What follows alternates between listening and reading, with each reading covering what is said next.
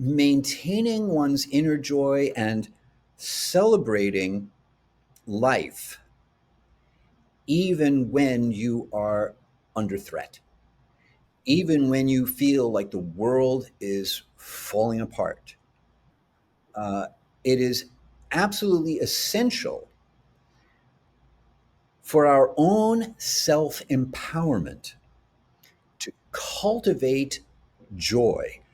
And to the extent that we are able to cultivate and manifest that joy, to that extent, we will be able to generate the justifiable anger that we're in control of, rather than the kind of anger that controls us, in order to effectively engage in resistance in whatever form resistance has to take under whatever circumstances call for that resistance.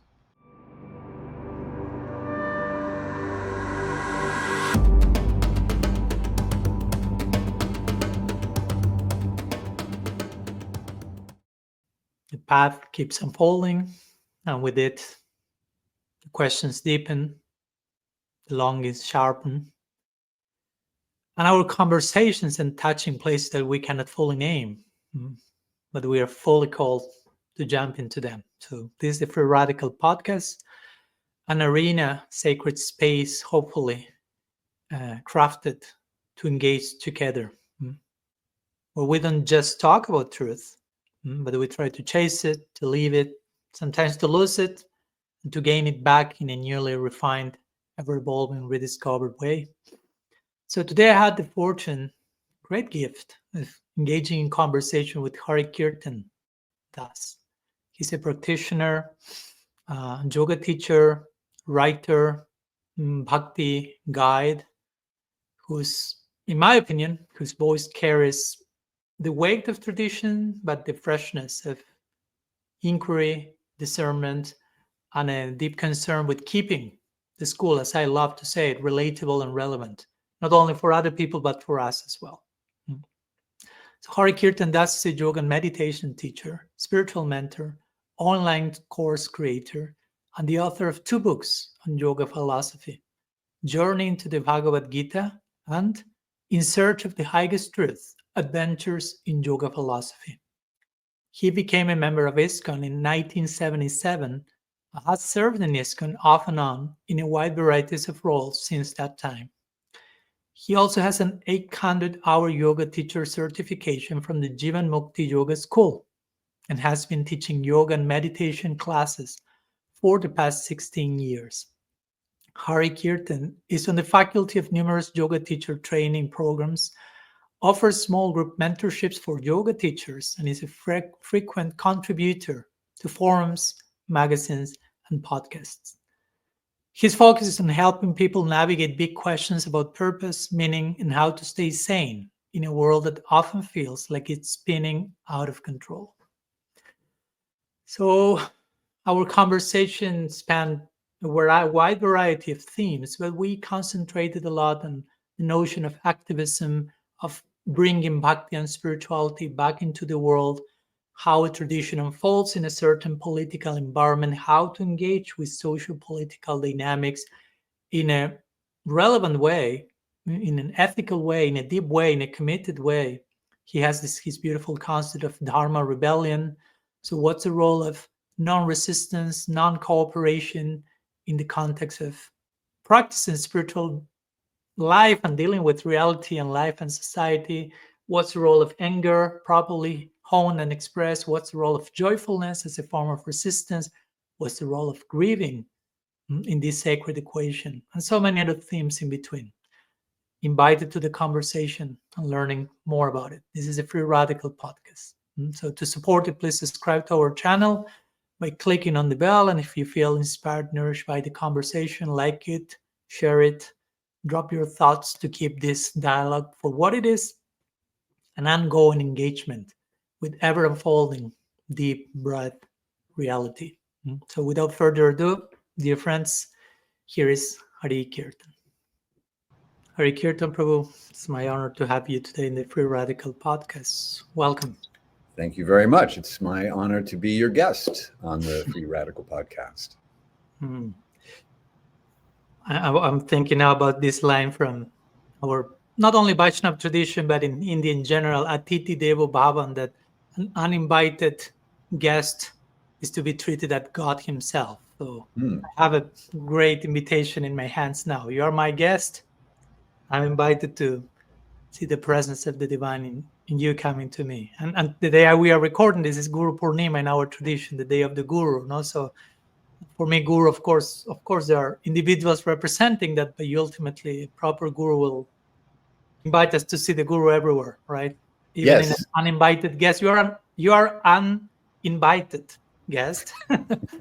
So if we are to see God in an uninvited guest, what to speak if you invite the guest to come to the table? So yeah, looking forward to how Krishna manifests through you in this conversation today. Yes, well, likewise, it is my great good fortune to be able to spend this time with you. And yes, indeed, our tradition encourages us to see gurus everywhere we look. It's kind of like playing Where's Waldo? Where is my guru in this situation, in this person, in this instruction, in this obstacle, in this element of nature, everywhere. So where is Waldo? That's a good one. I never thought about that. Because Waldo is there. Even when you begin and you say, I'm not finding him, I'm not seeing him. Right. But there's something you know God that tells you, he's there. Keep searching. And of course, in our tradition, just the act of looking for Waldo or looking for Krishna, looking for our guru, that is in itself a transcendental activity. With Waldo, maybe not so much, but certainly when we go for a walk in the woods and instead of seeing a tree, we see Krishna and Krishna's energy. And when we look at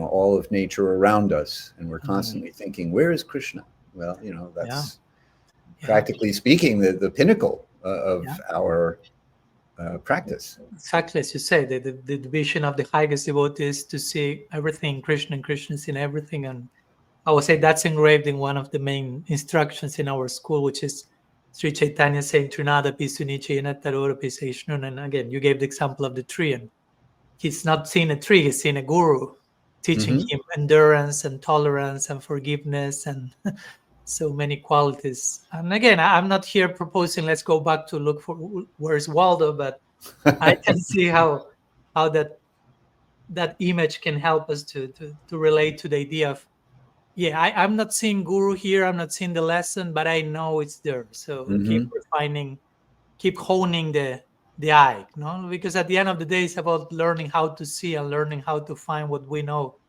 It's omnipresent. Ultimately, I like to think, okay, guru, Krishna is the original guru, God is the original guru, and God is omnipresent. So if God is omnipresent and is the original guru, means the guru is everywhere. Yeah, the guru is here somewhere, and sharpening our vision so that we recognize when the guru is present and instructing us. That's such an important part of our practice. So Hari-kirtana Prabhu, I always like to ask my guests what brings them today to the conversation, apart from my official invitation for you to be here. So you are not imposing yourself here, coming unexpectedly to this conversation. I've invited you officially just in case.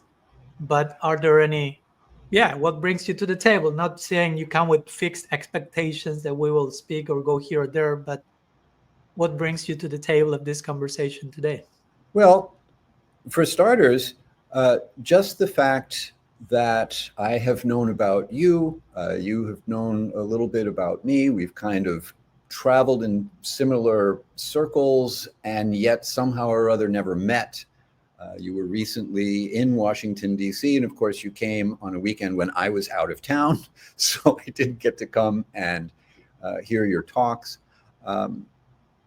And so I was just anxious to finally make a personal connection with you, and to, in this particular instance, the opportunity to have a conversation with you about issues and challenges in our devotional journey. You know, having read some of your writing, you are a very productive author.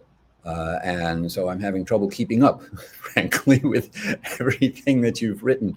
But, you know, having gotten a little bit of your indirect association, I can see that we are concerned with some of the same things about how we understand personalism or radical personalism, and particularly how the exercise or the engagement in the practice of radical personalism on a social level is important and neglected in our community, that we need more engagement with the world. And what I mean by that is more proactive broadcasting of the ideas of our philosophy into the marketplace of ideas, to show people that there's a good reason why they should be reading Gaudiya Vaishnava literature and inquiring about what Gaudiya Vaishnava philosophy has to say in a practical way, or in other words, how a worldview, which is something we have, translates into practical solutions to problems that people think are actual problems, as opposed to the many problems that our philosophy solves that most people don't even think of as problems in need of a solution. Thank you. And yeah, of course, I'm hearing you, and I cannot but go back to my second book, Radical Personalism, what I personally feel also the need of. One of the main concerns for me writing the book is how to keep the essence of this tradition relevant and relatable, not only to a contemporary audience of people who are not members of the tradition, but to begin with, to ourselves, members of the tradition. So Yes. How we feel the tradition speaking to us and speaking to contemporary issues, social issues, things that are happening around us in the world that somehow or other, like it or not, as transcendental as we would like to see ourselves, affect us, and what our tradition has to say about that, and how what the tradition has to say should be said and think and applied in a particular unique way in the here and now. So yeah, I was listening to you and I kept going back and forth over and over again with those sections. Yeah, it isn't just a matter of sharing our ideas with people outside of our tradition or outside of our movement, however you want to say it. It is for our own benefit. Yeah. First of all, just so that we have a sense ourselves of how our philosophy translates into values, ethics, and eventually public policy. And the reason it's important on a collective level is because history shows us, and a little bit of observation confirms, that spiritual movements unfold in political environments. And those movements are not immune, however transcendental they may be. They are not immune to the political environments in which they unfold. And so it's, in my view, a responsibility of those who are caretakers and proponents of our particular spiritual movement to be aware of those impacts and be prepared to respond to those impacts in a truly constructive way that's consistent with our philosophy, and not just some practical, neutral really not contributing anything new Mm-hmm. way, but rather actually understanding what really is our philosophy's response to the environment, the political environment in which we find ourselves. Mm. Yeah, I cannot but I cannot but think about the word embodiment. That what you are proposing is one way of practicing an embodied tradition, not only in connection to not neglecting our physical, psychic, emotional vehicle, but acknowledging the environment that we are in this case, socio-political one. And I really appreciate your point and how every time we choose to look at any tradition, even beyond ours, they all unfold in a particular political setting, and that influence the way the movement unfolds. And because in part the movement unfolds in response to that particular environment, and not every time the political, social-political environment is the same. So naturally, the ongoing unfolding of the movement has to have a relevant, updated response to the unique environment they are continuing to unfold. Because if Mm-hmm. we say, now the Gaudiya Vaishnava movement unfolded 500 years with Sri Chaitanya in Bengal, in India, and he did this and that in response to the Kasi, and that's fine, great. But we are in a different planet and eon, so to say, especially considering how fast things unfold in the recent decades. So that's challenging in the sense that that forces us to keep up with that intense speed of unfolding and have relevant and relatable answers for any given scenario we are dealing with. So it's challenging, and I want to make that clear to the audience. Here we are not talking about some, okay, let's bring easy answers and this is the definitive, Yeah. the ultimate eternal conclusion formula, how to do it forever here. No, it's an ongoing adjusting and questioning and answering and paying attention and adjusting again. Yeah, especially right now, it's a matter of how fast can you renovate?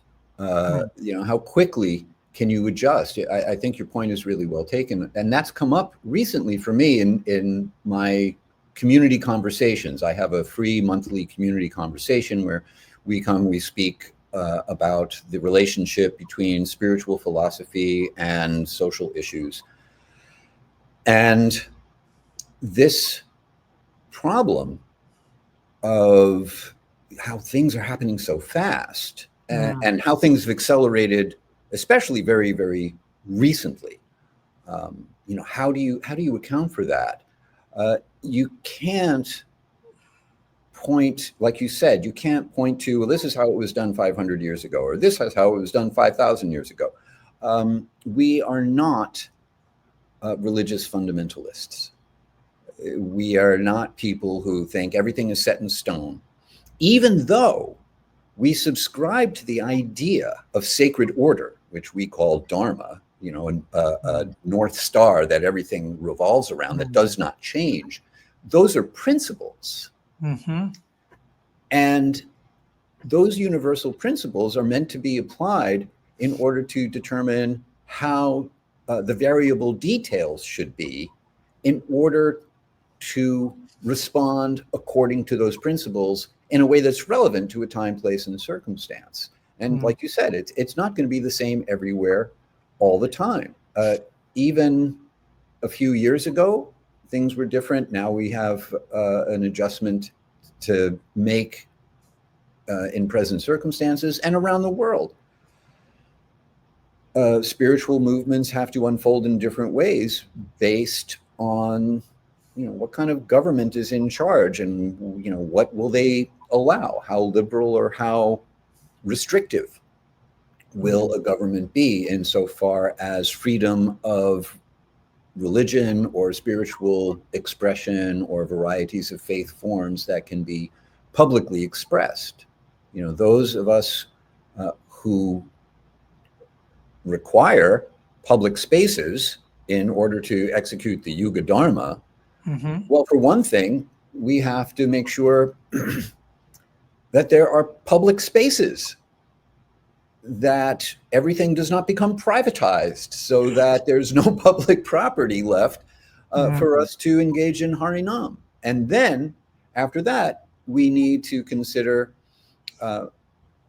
public displays of various faith forms. Those have to be protected in order for us to utilize that public space and engage in what we regard as the essential activity to change the atmosphere that Kali Yuga brings our way just by the progression of time. So something as simple as that, the awareness of the need to protect public spaces and the awareness of the need to protect the first guarantee of freedom in the Bill of Rights, the United States addendum to the Constitution, which is freedom of religion and also freedom from religion, or the restriction on the government that they cannot adopt a particular form of faith as the official state religion. That should be a big deal for us. Yeah, there are so many implications. As simple as that may sound to some, if you play out the implications, as if each one of these ideas you are presenting, as you say, that should be a big deal for us. And I appreciated what you mentioned, going back for a minute to what you said a few minutes ago, Hari-kirtana Prabhu, about, okay, we have some Dharma, we have some sacred order, we have some timeless, eternal truths, and there are principles, but the principle always plays out in specific ways, in specific contexts, specific time, place, circumstances. So for me, this is basically our metaphysics, achintya bheda abheda, right? Bheda abheda means non-different and different. Or like unchanging, the timeless truth, the cosmic order, and specific and diverse according. I mean, bheda abheda can be applied in so many departments. I remember reading from one Vaishnava scholar, he will say, bheda abheda doesn't only mean, okay, God and his energies. Yes, but in one sense, there's nothing apart from God and his energies. So in that sense, everything is included in that cosmovision. Yes. And the sum total of reality. Yeah, exactly. So politics fall into that, social dynamics, human relationship, whatever, you name it, we can speak of that in some way or another in terms of unity in diversity. Right? So I appreciate your point in terms of honoring timeless truth, eternal unchanging principle, so to say, but also the unfolding of that and the application and expression of that in very specific, unique ways. And as you say, in connection to going back to the socio-political scenario, allowing people to express their faith in different ways, seeing that beyond that diversity, there is an underlying principle. And even as you say, someone chooses not to be aligned with any spiritual religious tradition, acknowledging that agency in the individual as well, right? Because of course, if we play out the implications of not doing that, we'll get closer and closer to a totalitarian regime. And we've gone so many times there, and we continue to go so many times there. We human beings are a very particular species, I must say. I mean, I'm laughing not to cry at this point, right? Yeah. So, yeah, it's a paradox.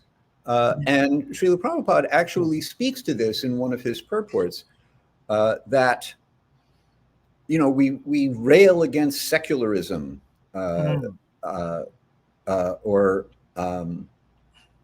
modernity and atheistic governments and such like that. But there is a purport where, in speaking about Dharma as principles of religion, Prabhupada says it is the duty of the government to pay attention to the principles of religion, not and then he goes to great pains to say this is not a religion that he is speaking about, but he's talking about principles of religion. The government has a duty to uphold them. And he specifically says that a secular government can recognize a wide variety of forms of faith. And it's just ironic, or a paradox, that in order to secure freedom of religion and therefore freedom for us to practice our tradition in private, in public, wherever, you actually require freedom to have no religion on the part of other people who have no particular inclination to practice a form of faith as we understand it in any kind of theistic way. Yeah, because if that's not there, there's no choice whatsoever. I mean, if I don't have the choice of not being a Gaudiya Vaishnava, how much did I actually choose to be a Gaudiya Vaishnava? Right. Yes. That freedom of choice has to be there for all of us. Yeah, with all its risks and implications. But again, we want freedom as the foundation of love, which is a voluntary choice at the end of the day. Yeah. And, certainly we can find common ground with people who do not practice a form of faith insofar as ethics and values are concerned. And many people in conversations I have are quick to point out that people who subscribe to some form of faith will often, history is just littered with examples of how, religion becomes a justification. I know where you are going now. Please. Yes, exactly. Please. People never commit atrocities more cheerfully and enthusiastically than when they have some religious motivation to do it. And this becomes a really good, perfectly reasonable reason for people to reject the idea of religion altogether. We think they're throwing the baby out with the bathwater, but certainly the history of religion doesn't really do itself any favors. Yeah. So far from what I'm listening from you, of course, from what I've listened before this conversation and read from you, Hari-kirtan, your work explores, and I will very much align with that, what we could call, how, as you say, how to engage with the world without losing our center, what we may call engaged Vaishnavism. Sometimes it's a term applied to Buddhism, engaged Buddhism. So we could speak about the form of engaged Vaishnavism, which in one sense for me is a redundancy, because real Vaishnavism should be engaged, right? To say I think so. Disengaged Vaishnavism is an oxymoron for me. I believe you are correct. Yeah, okay. So, and in the context of that engagement, again, you are suggesting or inviting or reminding us that the essence of our and other traditions invites to respond to political realities. So, and I will try in between our conversation a little bit to play the devil's advocate, if you allow me to do so, because it's important, I think, to bring the arguments that sometimes may be in people's minds, even sometimes in our own mind, and trying to engage in conversation with them. So how do we balance this, like engagement with the world, engaging with socio-political dynamics as spiritualists without becoming partisan or without diluting our theological depth? Let's begin there. Okay, that's a good question. And this comes up a lot, this idea that we cannot be engaged in partisan politics, which has an underlying assumption that we have to choose between conservative and liberal. And I think for us, this is a false choice, because when we start to look at the psychology of people who gravitate toward liberalism and the psychology of people who gravitate towards conservatism and the values that they prioritize, we find that we dip into both camps. So we cannot really place ourselves in some linear way along that spectrum. And then we have an added consideration, which is something that we have in common with the 20th century philosophy of traditionalism, which I know that you have also been looking at recently, which is this idea of sacred order and the project of restoring it. Well, if the Bhagavatam is about anything, it's about the restoration of sacred order as we understand it. So we actually have to kind of triangulate our position relative to this idea of what is sacred order and how does that relate to political ideologies on the right and the left. So the way that I see that we do this is we think in terms of what is the worldview that naturally arises from our philosophy, and especially from the four pillars of Dharma. Mm-hmm. When we think about austerity, purity, mercy, and truthfulness, and we think, okay, those are the core principles that drive our values, that then guide our ethics and moral decision making. Now, let's look at various political positions and government policies and such like that. How should we be responding, not according to my own personal conditioning? Mm-hmm. And this is really important, and something that I am in the process of doing an exercise to work through right now, to make sure that I am not guilty of bending our philosophy in the direction of my preferred political position just based on how the modes of material nature made me. There has to be intellectual honesty as well as spiritual honesty. So intellectual honesty means I look to our system of epistemology, pramana, and make sure that whatever I think I believe passes the pramana test. So that's the first thing. The other thing is, whatever I'm hearing from left, right, in the middle, does it pass the pramana test? Is it something worthy of reasonable belief? If so, I will give it serious consideration. If not, and there's plenty of stuff that's not, I'm not going to give it the same consideration. I'm not going to give equal weight to everything.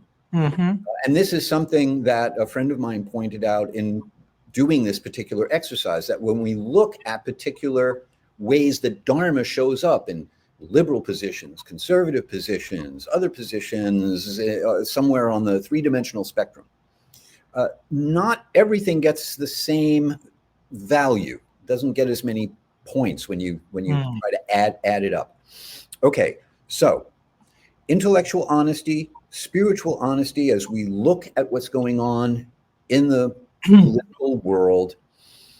What does Dharma have to say? What do the principles of Dharma have to say about any of these things? What does our worldview have to say about any of these things? And from this vision of looking at the political world, the socio-political, the economic world, to looking at all of these things through the lens of our worldview that comes from our philosophy, we can ascertain what is a policy position, what is a political position that is aligned with our philosophy. And I think that a political ideology is something we actually have. There's what I regard as a myth of neutrality, because Gaudiya Vaishnavism is for everybody, and we have to accept everybody who comes. Well, that's a double-edged sword. First of all, I don't think it's true. Krishna himself tells us in the Bhagavad Gita, who surrenders to him, who doesn't. Who's got a demonic mentality and is going to be like going off to the lowest life forms you can think of, and who is going to be on a trajectory towards him. So learning to recognize what's demonic and what's not based on the standards that Krishna has already given us, that's part of looking at the world around us. And then we can say, well, we actually do have a political ideology based on our worldview. That's what worldviews do. They give rise to particular political ideologies. And I'll give an example. We regard temporary material coverings, or what is the word that designations. We regard, yes, temporary material designations as upadis, as artificial coverings on the spirit soul. So national identity, religious identity, ethnic identity, these are upadhis. So when we find ourselves confronted with white Christian nationalism, we would naturally say, no, we're not buying that, because that's like an upadhi trifecta.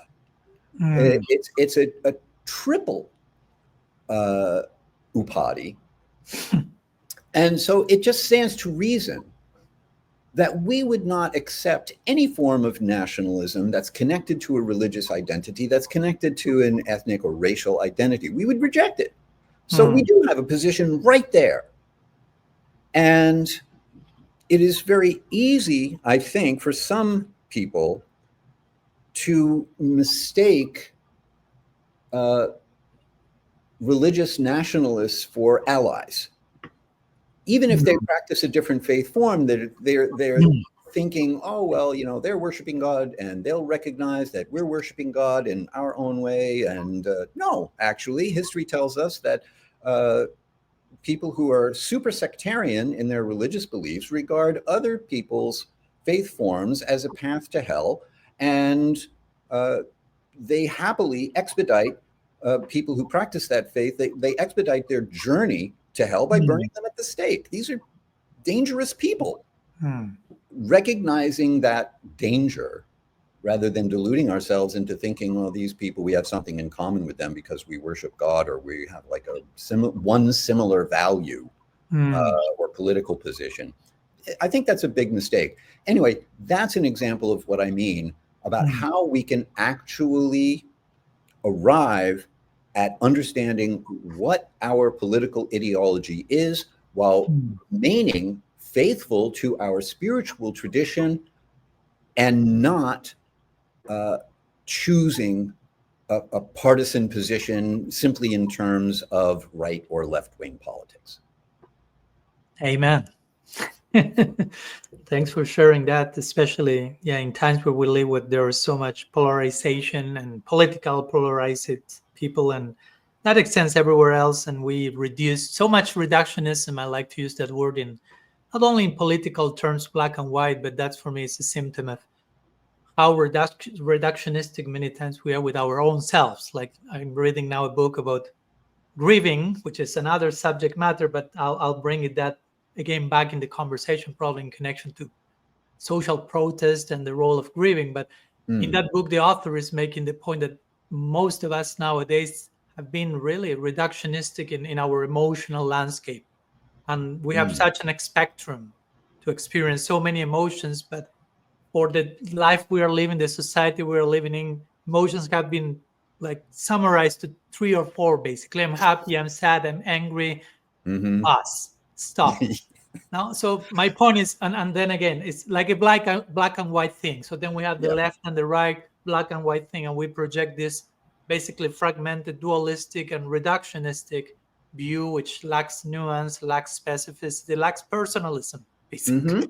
It's a basically very impersonal worldview, though nobody may say, I want to merge in Brahman. It's its own form of impersonalism. So I appreciate your words. And also I was thinking for us in our Bhakti school that we are so much about love, and how much, as you say, love can be a tricky word, right? Because in the name of love, we can become too loose and too sentimental, and let's welcome everyone and everything is the same. It's all about love. But love, it's all about love, but love expresses itself in different shapes and ways. Again, unity and diversity. Love is the center of reality, but according to time, place, and circumstance, it will express itself in different ways. And one of those ways I'm thinking is discernment. That was the main word that came to me when I was hearing you. Like, we have to develop discernment. It doesn't mean that because we exist, we have discernment in place. So it's an attributed muscle that we need to train. Discernment. It's like an ongoing exercise and ongoing discipline on a daily basis. And as you were mentioning, it going to the pramana test. It's a hard one because it consumes your faculties in the good sense of the term. But you have to spend time with analyzing, contemplating, thinking deeply, and engaging with questions and staying with questions long enough till they blossom into proper answers, proper clarity. And again, not everyone wants to spend that much time with all that complicated stuff. Unfortunately, I don't want to sound fatalistic here. Well, but And it's I'm just true. saying that to highlight how necessary that is, especially in a time where people is rushing and running and there's no time for anything and what to let's sit with the question till in. So yeah, I was thinking about those. You're calling to mind a statement that Srila Prabhupada made to his disciple Yogeshwar, who he said to him, "What good is your big American brain if you do not use it in Krishna's service?" And one of the big challenges for our big brains, American or otherwise, is figuring out how to build the bridge between where we're at insofar as social order is concerned and where we know we want to be, our conception of sacred order as social order. And, the easy way out of this is to say, we need more Harinam, we need more book distribution, we need more, the stuff that we always do, and increase the numbers. Yes. And if we keep doing what we've always done, we'll get what we've always gotten. I mean, that's, pretty much. No need to think about it. Just continue to do it and let the numbers grow. Right. Or let Krishna take care of it. He'll make some arrangement. Well, that's not our philosophy. Yeah, wonderful way of being evasive to your responsibility.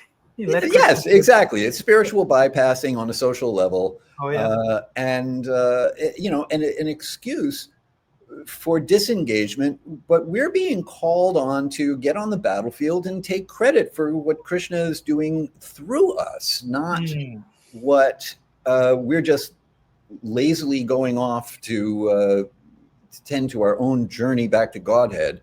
And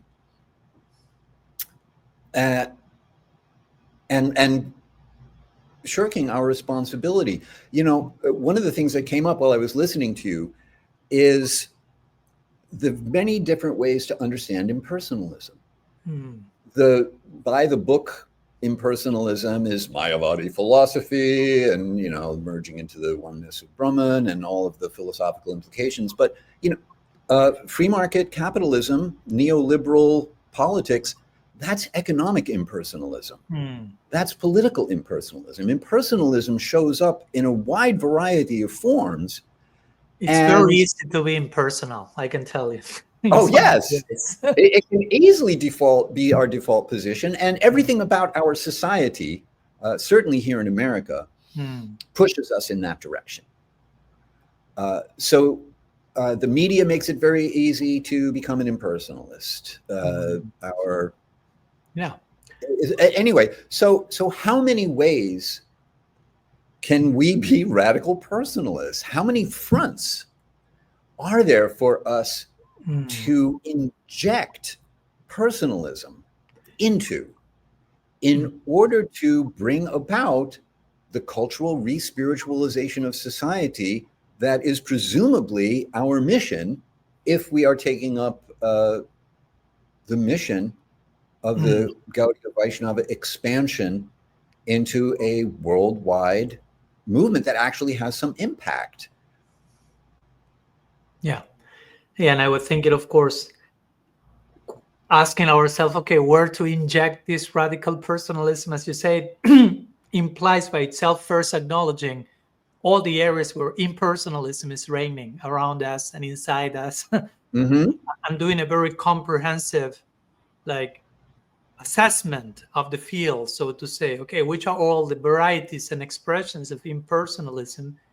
Because only when I see impersonalism for what it is, I can address it with a better narrative or proposal, so to say, that we may call radical personalism or whatever. So, but again, for me, in part, something that gets in the way, and that's why I wrote a book called Radical Personalism, is because I'm seeing that we do not have a very clear awareness and mindfulness of all the many ways that you can be impersonal, and that we're actually being impersonal in the name of radical personalism, which makes the whole thing even more scandalous. Yes, it's all the more frustrating to see. Flag says radical personalism, but many times we are not walking that talk. So that, of course, makes a lack of impact into whatever we are trying to bring into the world. Yeah. When we forget that mercy, one of the principles of Dharma, has to manifest itself in a much broader bandwidth that includes caring about society, then we become social impersonalists, while at the same time proclaiming the personal feature of the absolute truth as the highest feature. That, we may proclaim the personal attribute of the spirit soul, that being made of the substance of Brahman does not erase our personal characteristics on a spiritual level, or as it manifests here in our incarnation in the material world. But, that indifference to the well-being of, first of all, our own selves, insofar as our embodied experience is concerned. This can result in neglect of our health, neglect of our physical fitness. It can spiral into problems of mental health while we sort of dismiss them in the name of self-forgetfulness in divine love. Yes, yeah, exactly. And then, of course, on the social level, in one of his purports in the Srimad Bhagavatam, speaking about King Vena, and I could go on and on about the parallels there, but in the interest of time, I'll only point out that Srila Prabhupada writes that the great sages were very anxious about the welfare of society. Yeah. Okay, that's a definition of what are the characteristics of a great sage? A great sage is concerned for the welfare of society. If we aspire to be great sages, then that's going to be part of the territory. And he particularly says that it's not as if devotees or great sages are unconcerned with the people's welfare, both materially and spiritually. We're actually supposed to care about such things. Yeah. And yet, I hear very little conversation about that sort of thing, about what we should be doing insofar as expressing our concern for the welfare of society, other than just chant Hare Krishna and your life will be successful. Human beings are not good at nuance. You brought this up earlier, that, thinking involves subtlety, involves, digging into the weeds of a thing in order to ascertain truthfulness, in order to ascertain what exactly am I seeing? How is my power of discernment functioning? Is it under the influence of the mode of ignorance, and I'm thinking that things that are not true really are true? Is it in the mode of passion? Am I at least experiencing my own discernment as being influenced by the mode of goodness or the mode of luminance? So from the standpoint of self-analysis, or the introspection of asking myself, how well is my discernment working? And what does Scripture, our first source of authoritative knowledge, other than Guru presenting us Scripture, if Krishna tells us, okay, let Scripture be your guide, then what does Scripture tell me about the state of my capacity for critical thinking, otherwise known as discernment? Yeah. And I'm thinking over and over again, going back to the word discernment, that you compare with critical thinking. And I like to think how the Bhagavatam describes that the very first word, somehow we could say that heard in the universe is this word tapas that Brahma heard. And tapas literally means sometimes translated as austerity, and it's fine, but tapas means fire. And when Brahma hears fire, he doesn't take two branches and starts to create fire. He closes his eyes and enters into this form of discernment. He becomes introspective. So somehow we can make that the case for the very first word that sets the whole creation in motion or puts the whole world in context is discernment. And I appreciate your connection between discernment and nuance, because that's when you find the in-between colors between black and white, all the 256 varieties of gray. The specificity, it's in discernment, and you have to spend time with that to really find the texture and the in-betweens of things. And again, without doing that, that's impersonalism, in my opinion, I will argue. So impersonalism, and I'm coming with definitions now, is indifference to nuance, basically. An indifference to engage with the nuanced nature of reality. And again, be reductionistic, is black and white, is this or that. Don't throw them into specificity, into the in-betweens. But that's how the whole universe begins. Tapas, fire, discernment, engagement with nuance. So I really appreciate, that those are connections that are coming now inspired by your words. And again, sometimes we may say, we should be compassionate, we should be merciful, and of course, all that is good.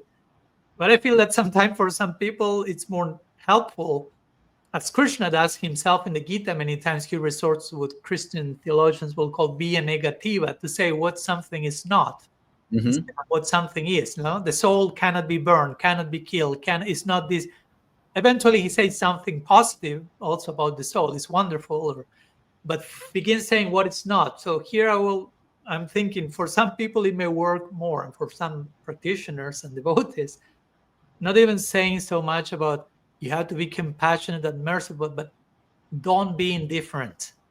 I think it may create like some other type of impact, which of course it's another way of saying be concerned, right? Be kind, be loving, be present, be personalist. And I really appreciate your point that you made. Of course, we are talking at times on a socio-political scale, but in one sense, it all begins at home. So if I'm being neglectful and indifferent to myself, impersonal in my relationship to myself, that naturally will play out then from the micro to the macro cosmos. Right?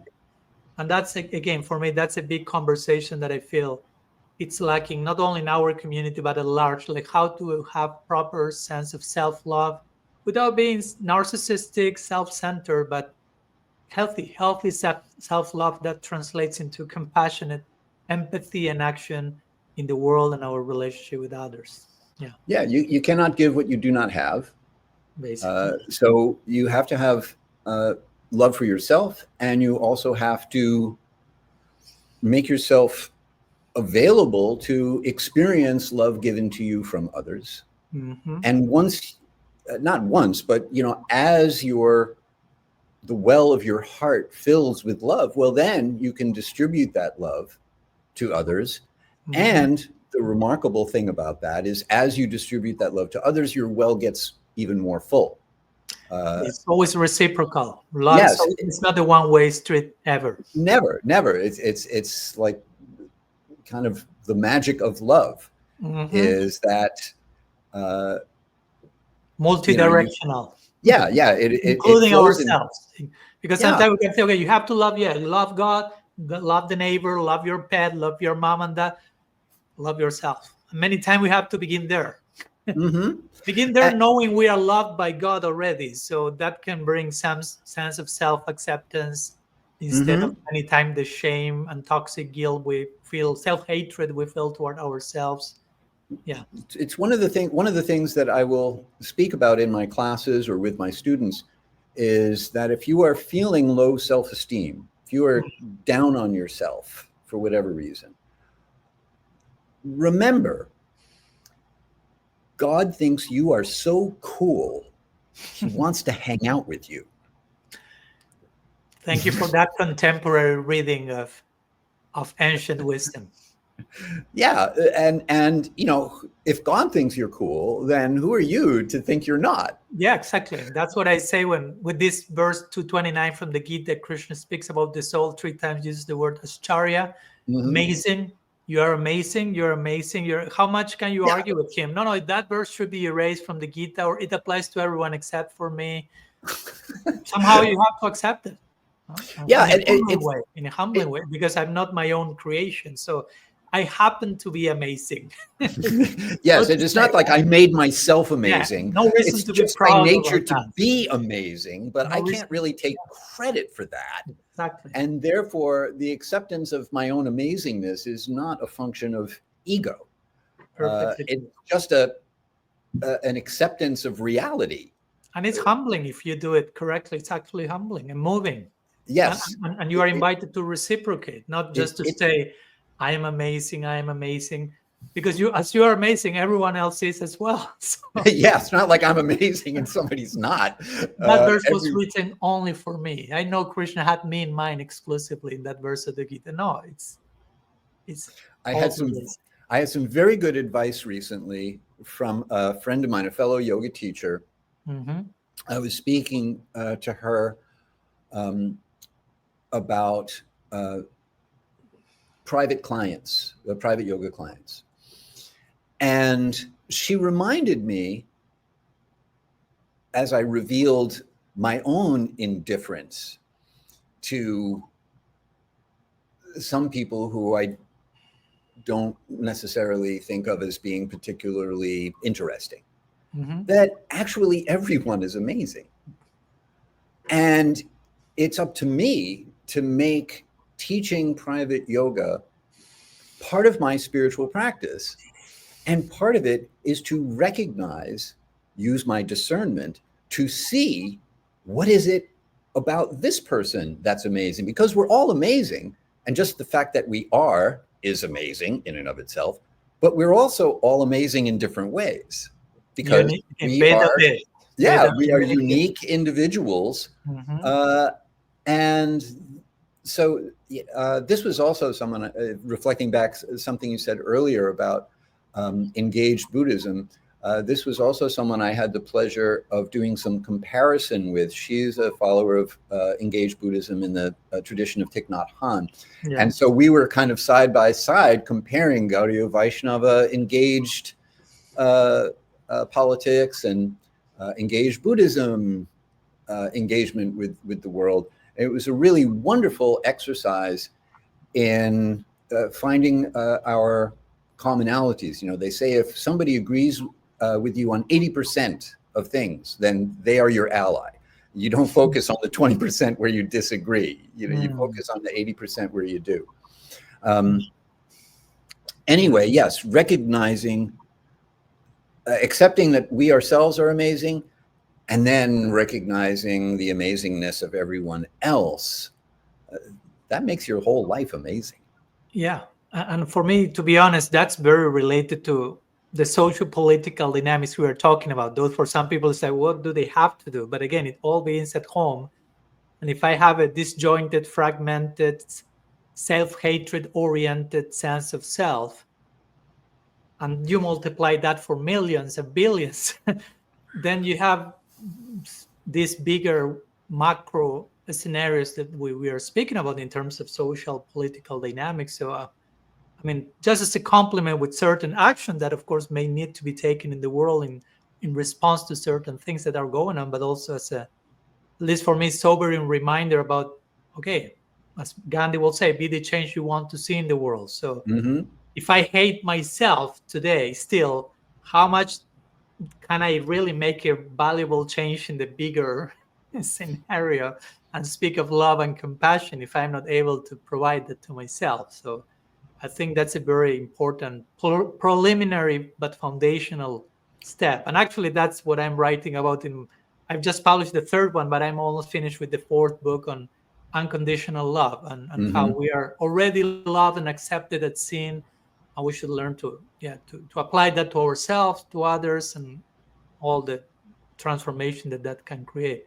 You have mentioned Hari-kirtana Buddhism for a moment, and I was recently watching this movie Kundum about the Dalai Lama, but his story of how he was not only born but eventually exiled from Tibet. He went to India. Intense movie and lots of grieving in one sense of losing and letting go and having to anyhow. And at one point I remember one line, and I'd like to ask your thoughts on that. He said, I don't know if this is paraphrasing from the director or whatever, but non-violence, we have been talking about compassion, kindness. Sometimes the word for this is ahimsa or non-violence. And this, of course, is so central to Buddhism. So he said non-violence means cooperation when it's possible and resistance when it is not. Any thoughts?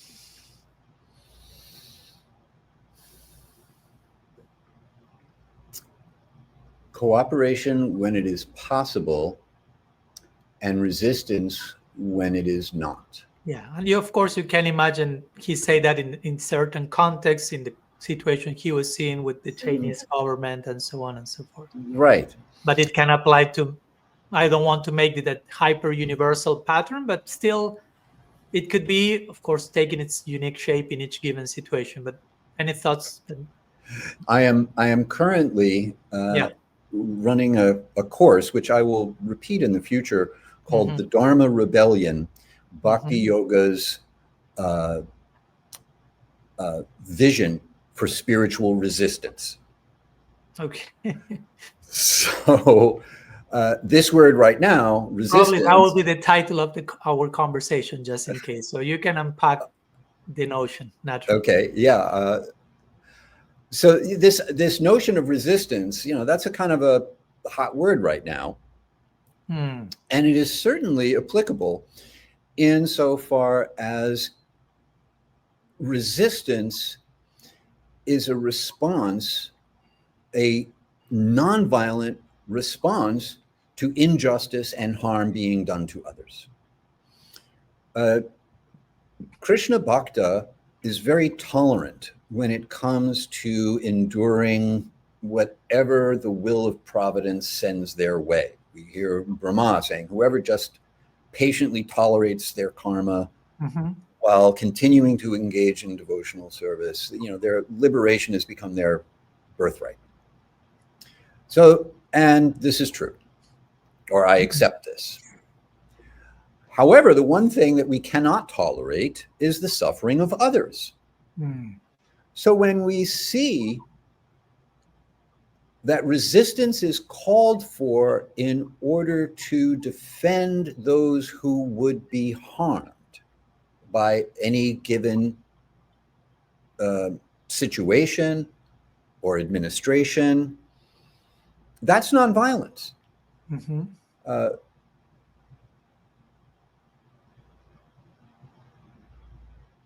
When Arjuna is on the battlefield, he hears from Krishna how nonviolence, ahimsa, is one of the symptoms of knowledge.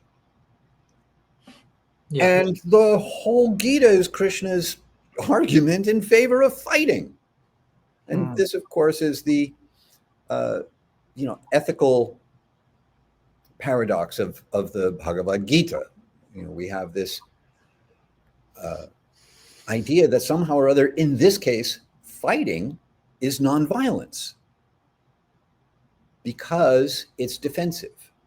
If you look at just war theory, a relatively modern concept that has its roots in medieval Christianity.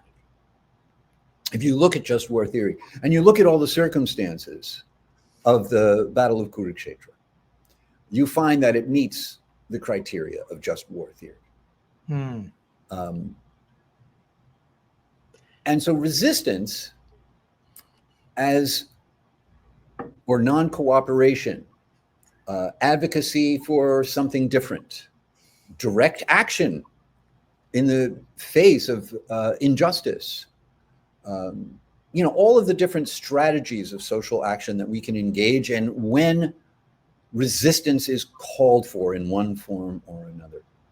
those can all be aligned with the same kind of dharmic principles we spoke about earlier.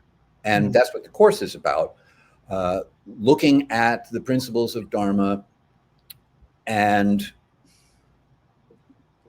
triangulating the position of bhakti yoga in the world of political ideologies, and then figuring out what is the right way to respond in the short term to our given situation, and what is the best way to start to build a bridge to a future that is aligned with sacred order rather than misaligned and producing the kind of social disorder that we're currently experiencing.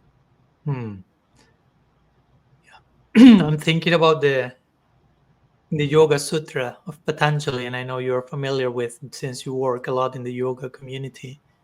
And when he's speaking about the yamas and the niyamas, which basically is the beginning of yoga, interestingly enough, because for most people in the West, yoga is just asana, and asana is just how much? 15% of the whole equation and 8 steps of yoga.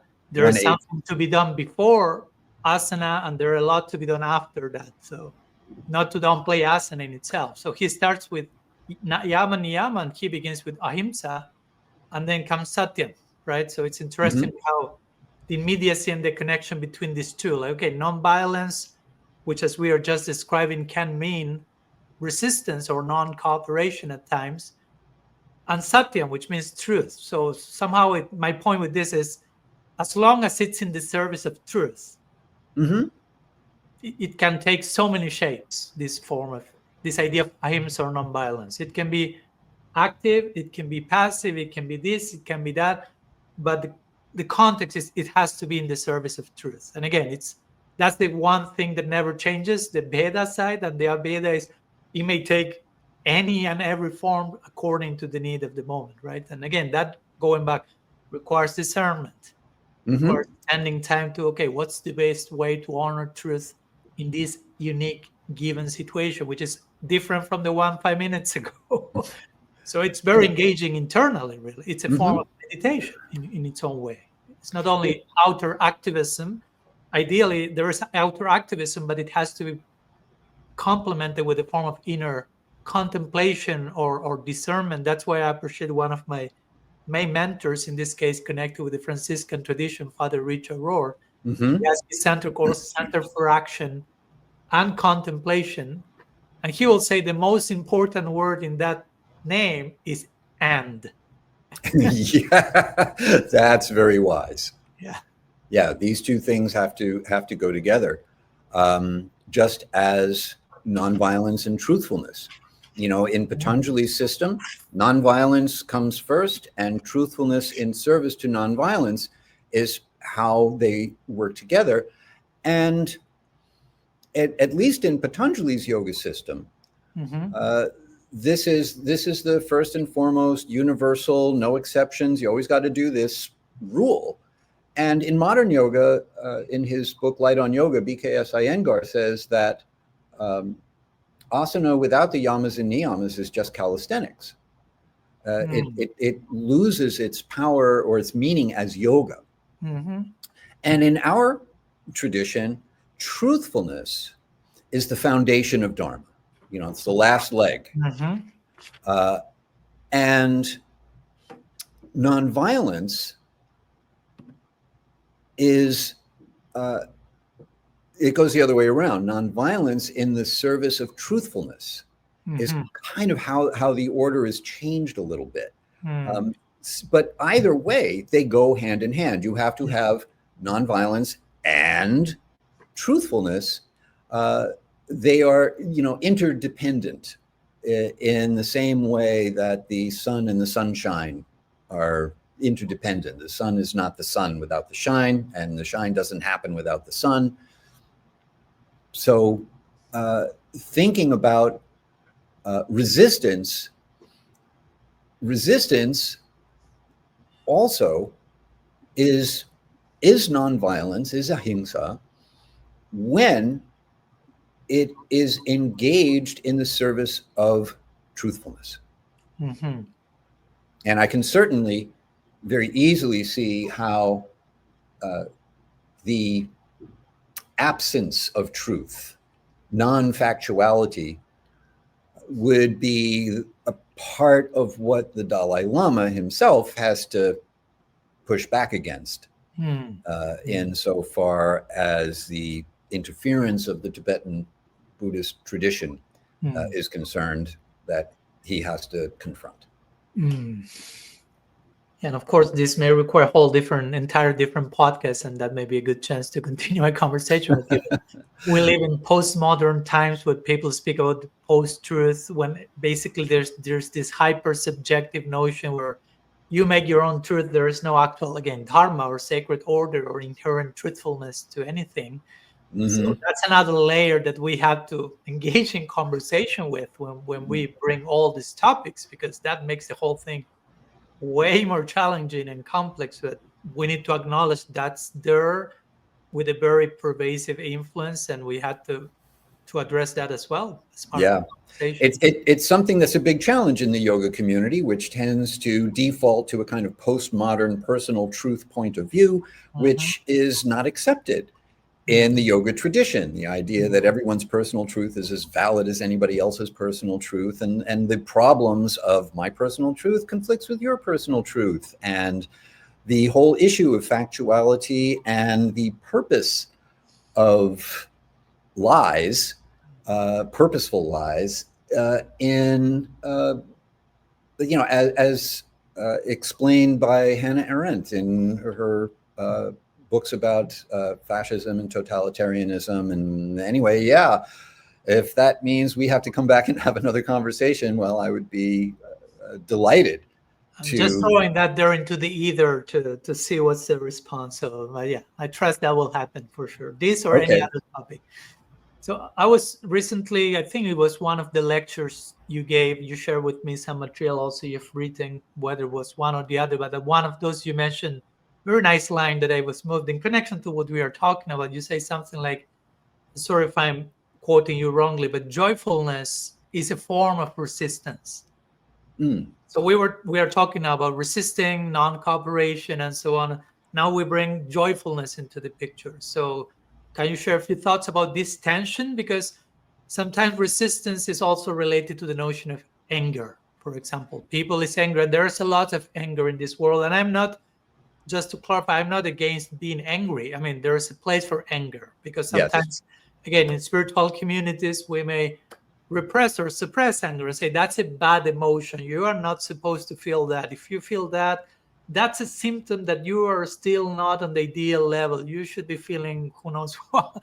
And I will say that, as I try to make the point in radical personalism, that there are no bad emotions. Emotions are.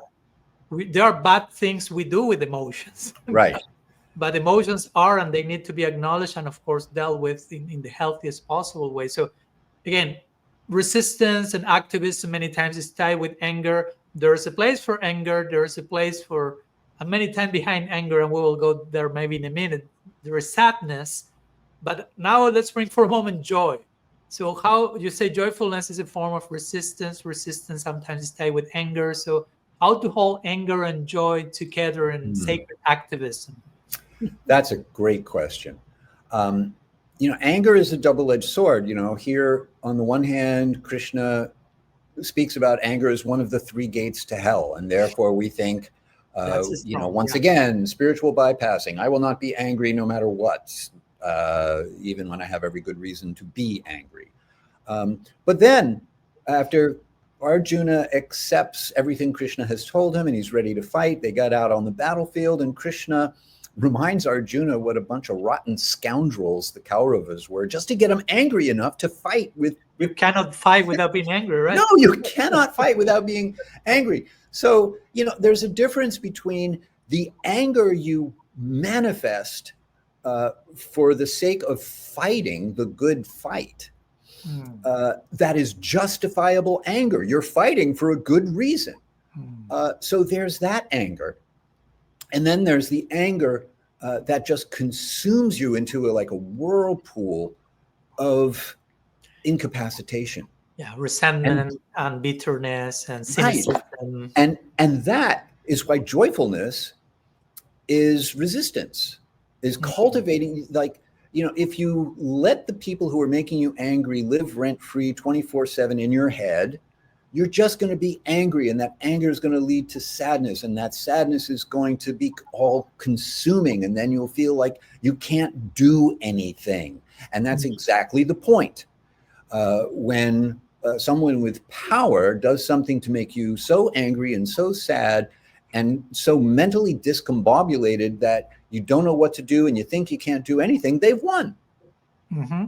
So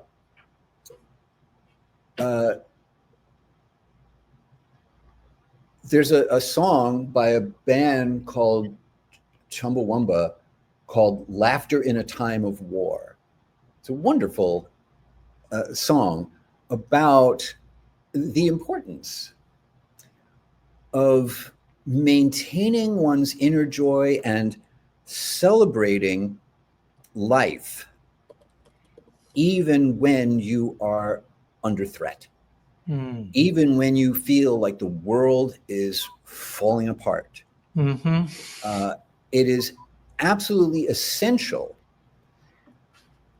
for our own self-empowerment to cultivate joy. And in our tradition, our practices are meant to awaken our natural spiritual joyfulness, which is a joyfulness that is not dependent on external conditions. And to the extent that we are able to cultivate and manifest that joy, to that extent, we will be able to generate the justifiable anger that we're in control of, rather than the kind of anger that controls us, in order to effectively engage in resistance in whatever form resistance has to take under whatever circumstances call for that resistance. Thank you for bringing that. And again, I go back to the ideas, center for action and contemplation, like having an inner life, cultivating gratitude. And even when, especially in the world we are living today, where we are bombarded, I mean, not only literally bombarded in some places, but bombarded with information and so many things happening in so many places at the same time. Never before we were aware of every detail around the globe. So that's a lot of information to process, and we can really be overwhelmed, paralyzed, too angry, too everything. So, and we were talking about that in my recent visit to DC. I think I gave one lecture on spiritual activism or something to that effect, and many of the conversations revolve around that. We were missing you in that one, but anyhow, next one. Yes. But we were talking about, and that was kind of a thread that came over and over again. Okay, how to remain aware of the suffering and tragedies in the world, and at the same time don't basically go crazy and do something about it, because there's so much to do about so many things, that what to choose, what to do, and how to do that properly. Because we were thinking, if you just zoom in in a particular situation of injustice, abuse, suffering, and continue to zoom in, I mean, it's mad. You go crazy. It's overwhelming. You got paralyzed. So it's not about, okay, let's run away from that and forget that exists, but keep that at a certain point where I can also see things. I can also see beauty. I can also see great things to be grateful for, apart from all the tragedy and all the loss and all the things to cry for or to be angry at. So many other, so to, again, nuanced, putting everything on the scale, not sacrificing one at the cost of the other. That sometimes can happen in the name of well-intentioned activism. We end up becoming too angry, too resentful, too zooming in one direction, and we many times become cynics, and everything becomes very dark. And we don't want the other extreme to be just naive, right? Like, now beauty and love and God, and let's join hands together. Rainbows and unicorns everywhere. Yeah.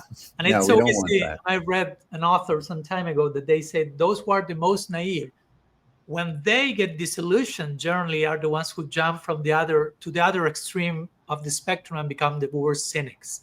Yes. So how to keep the middle path right in place and hold balance for that. And this also has a social application. I'm personally very, very fortunate, and I hope I maintain an appropriate sense of gratitude for how fortunate I am. When I need to be reminded of how beautiful and amazing the world is, I have a wonderful view of the sky from my apartment. And I take a few moments to look at the sky. Sometimes I will see the moon early in the morning or rising early in the evening, and I will just look at the sky and I will just think of the world as a site-specific art installation that is constantly changing and completely beautiful and amazing and becoming at every moment. And this is a wonderful, inspiring thing for me. But somebody who just lost their SNAP benefits and now doesn't have an opportunity to get food, and they live in a food desert, and they can't provide for their family, or someone who just lost their healthcare benefits, their insurance coverage, and now there's no way that they can afford what they need to cover whatever ails them, plus their rent, plus their groceries, or do any. People like that don't have the leisure time to lead a contemplative life because the situation that they're in has become so all-consuming just for the basic of survival. And this was pointed out recently also. Somebody brought this up in conversation that, our conditioning in the West is based on this pyramid of basic needs first, self-actualization last, at the top of the pyramid, as opposed to what we find in indigenous cultures here in America that say self-actualization first, and then on the basis of self-actualization, that's how you meet your basic needs. And that's actually a lot more similar to, I think, our philosophy, that the project of self-actualization or self-realization, however you would want to put it, is the driving force behind how we go about meeting our basic needs, and the driving force behind how we want to structure society in order for everyone's needs to be met, so that everyone is peaceful, everyone is happy, everyone has what they need, so they don't have to think about getting what they need, and they can think more about their inner lives. And so, this action and contemplation is good for us. We need to have both of those things, and we want to be able to bring both of those opportunities to others, and especially those who are being disadvantaged by a system that is designed to keep everybody too busy to engage in either critical thinking or spiritual introspection. There's a lot there, and we need another podcast to analyze Abraham Maslow's hierarchy of needs according to the lens of our tradition and other traditions. So, second podcast with Hari-kirtana, third one already. And I appreciate your point of your situation of being very fortunate, that if you want to use privileged, and recently, and of course at the same time acknowledging the lackings or situations of other people. Recently, I heard this beautiful, interesting quote that someone told me: the only response to privilege is absolute integrity. Right? Yeah, this is why I'm the middle-aged straight white guy. I need to be on the front lines. I don't have anything to lose compared to so many others who are at risk in the current situation. So figuratively or literally, I have a moral responsibility to be out front insofar as resistance is concerned. And the people who are at risk, they should be behind me. I should be their shield. Yeah.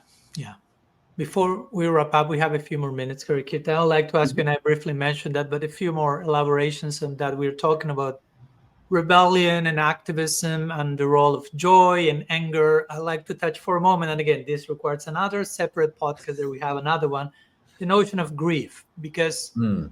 I personally, and many of my teachers also taught me that many times when we see someone angry, behind anger there is some type of sadness. I mean, we are angry because we care for something that is breaking our hearts. Let's put it that way. So and I finished reading one book from one author called Francis Weller called The Wild Edge of Sorrow. And he Mm. speaks about, related to many ancient native traditions and other spiritual schools, and the role of grieving in the ancient villages and in the communities as a healing practice. And there's so much to grieve about, not only individually, what's happening in our life, what's happening in our extended village, in the world at large, extended grief that was passed on to us by our ancestors that they have not grieved, different dimensions of grieving. And he will refer as grieving as soul activism, interestingly. Mm. Because many times we think of activism in certain, again, reductionistic way. So he refers to grieving as soul activism. So I'd just like to bring that to the table and hear your thoughts on the role of grieving in the context of activism or Dharma Rebellion as you have presented that. Mm. Yeah, thank you. Krishna begins his teaching in the Bhagavad Gita by telling Arjuna, you're grieving for what is unworthy of grief. And then at the end, our philosophical conclusion, his last instruction is Ma Suchaha, which is often translated as do not fear, but it can also be understood as you have no reason to grieve. So it's re-emphasizing that point. And then the battle is fought and so many people die. And then what does Krishna do? He helps the Pandavas grieve. Mm-hmm. So this idea of no grief is not an eternal, universal, trans-contextual teaching. It's specific to Arjuna's situation. Now is not the time to grieve. Later, grief. Yeah, do not grieve is not the same as now is not the time to grieve. Yes, but it's very much a contextual instruction. So, and I think oftentimes we miss this. That some of the instructions that Krishna gives are not just eternal, transcontextual. They're specific. Otherwise, he would say, after the battle, like, oh yeah, everyone's dead, so what, whatever. No, that's not what happens at all. So there is a place for grief. And, in terms of responding to socio-political situations, I was teaching yoga classes in 2016, and I live in Washington, D.C., a super liberal place. Like literally 98% of the people here did not vote for Donald Trump. Mm-hmm. Nobody who lives here that isn't part of the government now is into him. And so when he won the election in 2016, my yoga classes became trauma wards. People were freaked out. They were afraid. They were grieving. Yeah. And then again, now, with the re-election, that grief comes back. It's grief for the end of the American ideal as we have known it during the course of our entire lives. Yeah, acknowledging a type of loss. Yes, exactly. And you have to do that. Yeah. There are 5 stages of grief. I think they are denial, anger, negotiating, then grieving, and then finally acceptance. And you have to let yourself go through all of those stages. And so from the standpoint of a changing political situation where, one side may be celebrating and another side is thinking this means the end of our government as we have always known it. Before you can accept the situation and begin the hard work of building something new out of the ashes of whatever is being dismantled. You have to go through those stages, and that's healthy and normal. Yeah. And it is the responsibility of spiritual leaders to, first of all, allow themselves to go through that process. And then secondly, act as a companion to help others go through that process. To just, I mean, sometimes you just have to help somebody cry. Of course. And then you don't be tempted to give advice and tell them what to do. Yeah. Shut up and be present unconditionally and listen. Yes, exactly. Which is difficult for men, I think, because we always default to like, oh, you got a problem? Oh, sure, I'll help you fix that. Yeah, fixer, rescuer, archetype, superhero. Right, exactly. So we have to resist that. Men in particular have to resist the temptation to immediately go about fixing the problem and wait for the right time. Yeah. To think about now what is going to come next. You just have to develop that patience and compassion for meeting everyone where they are, and compassion for yourself to let you go through that process yourself. Waiting sometimes is staying with your own pain also, and yes. Staying with the pain enough so it teaches you the lesson that it wants to deliver, actually. The same yoga teacher that I was speaking with about private classes, she asked me in terms of how I would deal with people. She said, have you ever had any injuries? And I've been really, really lucky in that respect. I have not had any major injuries, whereas a lot of yoga teachers, they start teaching yoga as a result of having practiced yoga to recover from an injury. So in a sense, I've been very lucky, but I have a disadvantage insofar as being able to relate to people's injuries. Anyway, just that's kind of a little tangential, but the idea, yes, is that sitting with pain, our own and other people's, for an appropriate amount of time. Of course.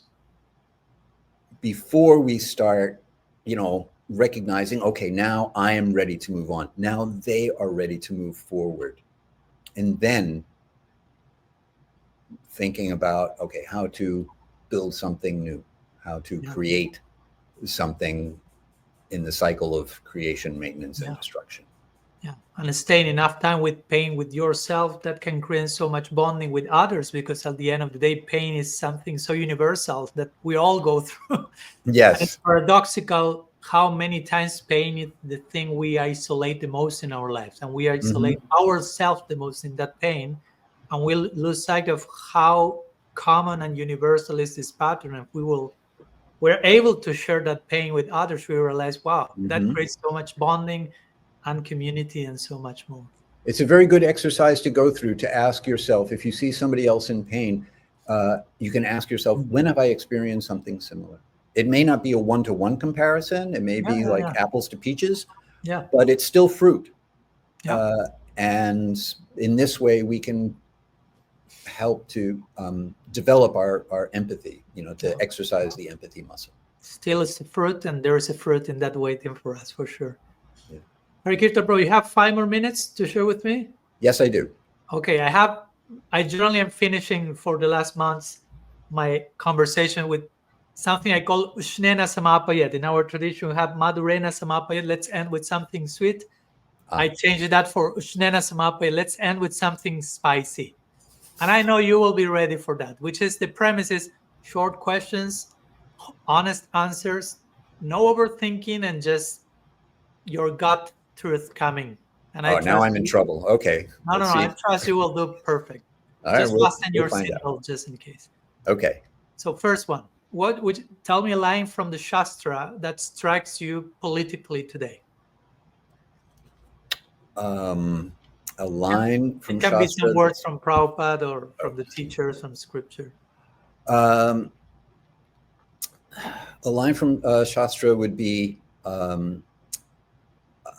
thus, out of compassion, they began to talk among themselves, for they themselves were performers of sacrifice. This is the Brahmanas thinking about what to do about King Vena. Okay, thank you.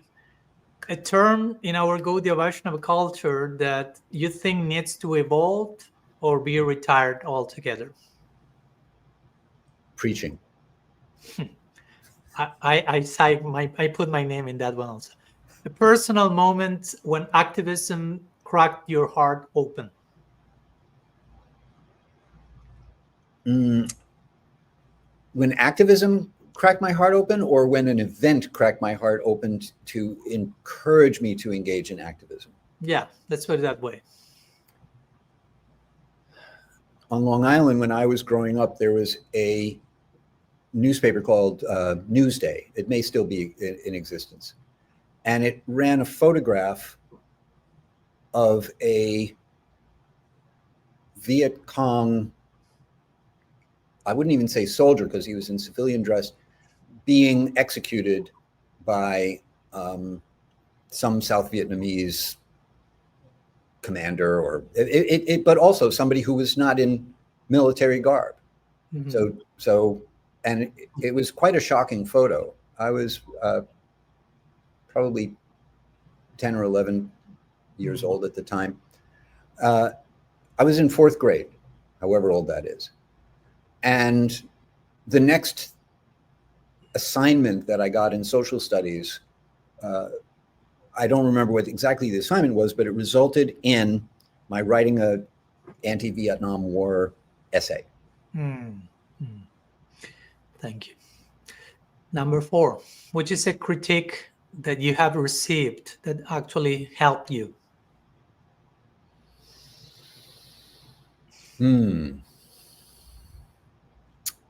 That I am prone to arrogance. So I am try to be aware of that tendency and not let it show up. Thanks for sharing that with us. What truth gets you in the most trouble? What truth gets you? Yeah, gets you in the most trouble.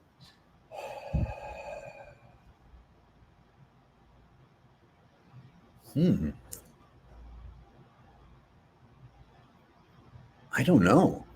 I mean, you can say I'm certainly prone to getting in trouble, but I'm not sure which truth. I don't know. I'm going to have to get back to you on that. It's a really interesting question. Hey, I trust you will spend your time with that question after the conversation. I will. That's part of the intention of this. Some of them maybe, and I don't know, and I will think about it. And that's fine. That's Thank one. You. Which is one contemporary issue that our Vaishnava community avoids but shouldn't. In general, of course. In America, it's Christian nationalism. Okay. Which is one sacred discomfort that you are learning to sit with? A sacred discomfort? Yeah. Paramatma. The idea that Krishna sees everything I see, hears everything I hear. Okay. No secrets. That's a good reply. I think transparency with omniscience in between. Yeah, getting comfortable with Paramatma. What does Hari-kirtan whisper to Hari-kirtan when it all feels too much?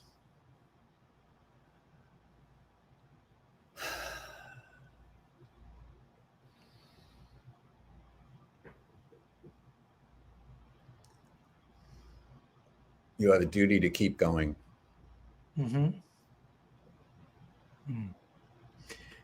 Two more. What will someone like Bhaktivinoda Thakur write about today if he had a Substack account? That's a really interesting question. I would ask ChatGPT to answer that question, because I would like to know myself.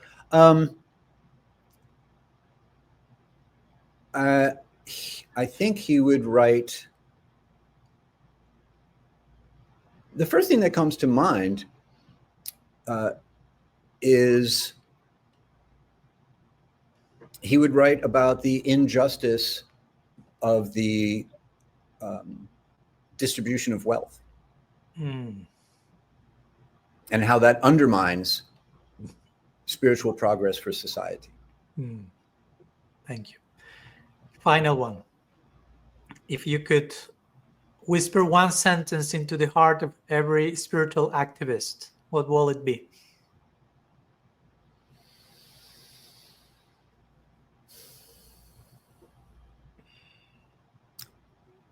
It's going to be all right.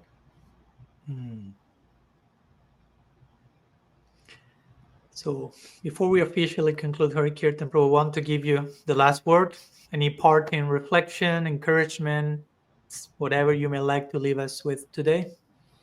I'm very, very grateful for the opportunity to have this conversation with you. I think it's been a long time coming, and I am so happy to have the opportunity to speak about these topics with a devotee who finds value in them and with whom I feel like I share a lot of the same interests and sense of what is important for our personal spiritual lives and for the spiritual upliftment of people in general. So thank you very much for inviting me to have this conversation with you. This is my idea of a good time. I could occupy all of your time with this kind of conversation. So I consider this a wonderful opportunity, and I'm very grateful for it. Thank you. Thank you. It's reciprocal. And as Krishna and the Gita say, we could be doing this forever. And that's our excitement, that we have eternity on our side. And that's the prospect, like to internally engage in these nourishing exchanges. So thank you so much. And before I forget, those who would like to know more about Hari-kirtan Prabhu and his courses and activities, you can visit his website, which I'm sharing here. It's Hari, Hari -kirtan, KIRTANA.com. Hari-kirtan.com with a hyphen between Hari and Kirtan. So thank you. Thanks so much, Hari-kirtan Prabhu. Thank you, Maharaj. My pleasure.